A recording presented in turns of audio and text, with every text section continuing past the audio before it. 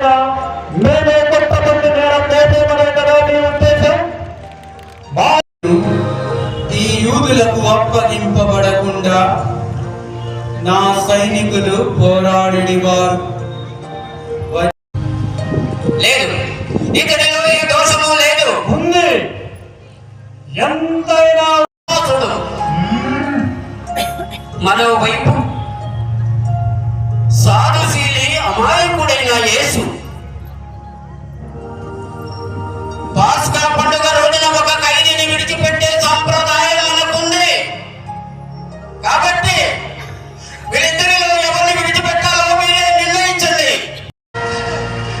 ముఖమంతా వికృతాకారమైంది. పైగా మెదడులోనికి చొచ్చుకుపోయేలా మొన్న కిరీటాన్ని కొట్టారు. ఇంతకంటే శిక్ష ఏంటి?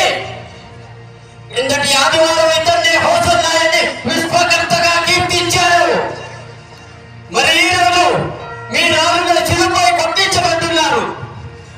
ఏంటి మరి మీ రాజుల చిలుపై కొట్టించనా?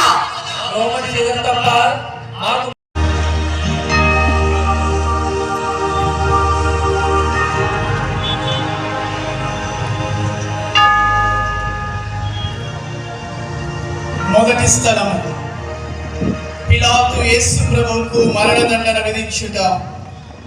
యేసుక్రీస్తు మిమ్మల్ని ఆరాధించి మీకు స్తోత్రము చేయించున్నాము. ఏలైనా మీ తిరుసిలువ చేత ఈ లోకమును రక్షించితిరి. యేసు ప్రభువు తన భుజము మీద స్లీమను మోసుకొని పోవు సమయమున మనలను తలంచి తాను పొందబోవు పాటులను మరణమును మన కొరకు తన తండ్రికి సమర్పించుటను ధ్యానించుదుముగాక.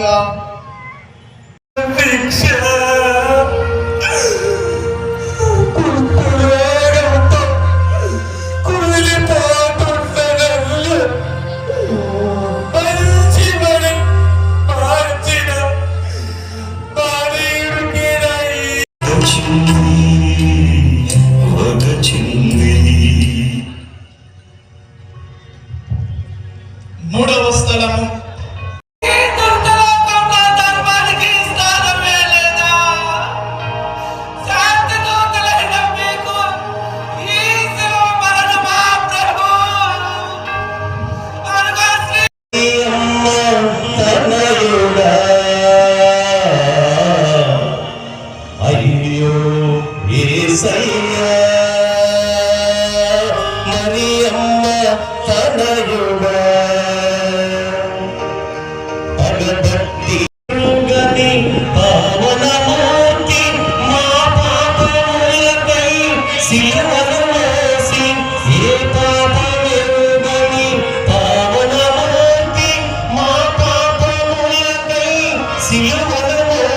ధ్యానించుదుముగాక. ఒక్కొక్క అడుగునకు యేసు ప్రభువు జీవమును విడిచెడి వారి వలె ఉండుటను ఆ దుష్ట యోగులు చూచి వారిని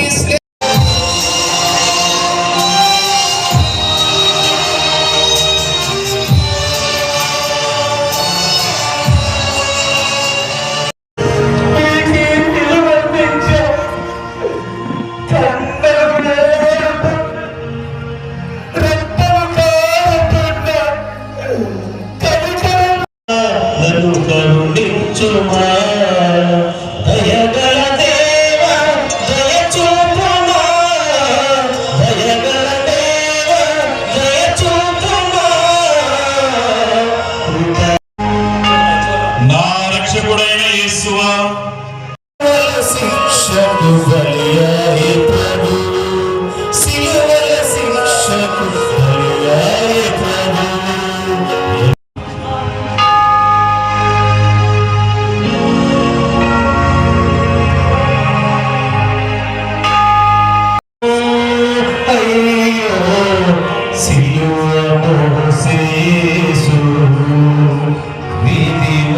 చిత్తువై విధవను వీడి లోక రక్షణ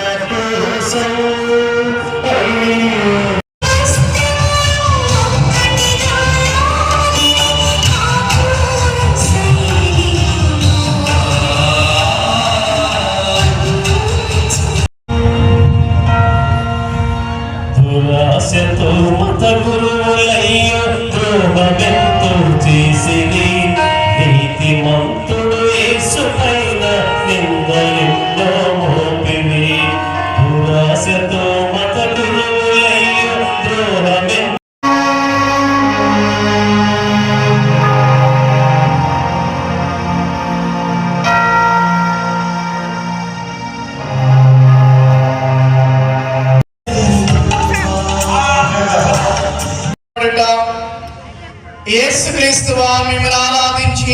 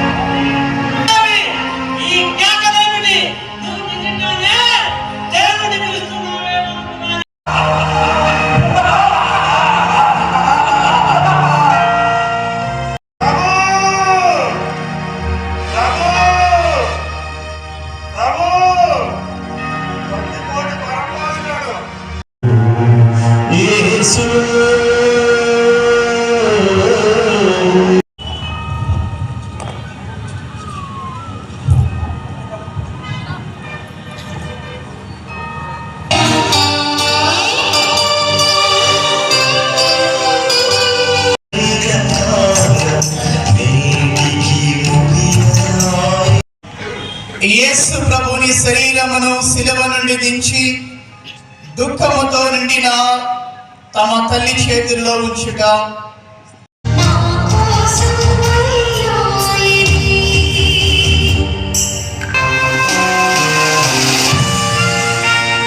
ఆరాధించి మీకు స్తోత్రం చేయించున్నాము. ఏదైనా మీ తిరుసులే వచ్చేక ఈలో నాకైతే ఇందాక వస్త్రాలు వలిచినప్పుడు నాకు చాలా బాధేసింది.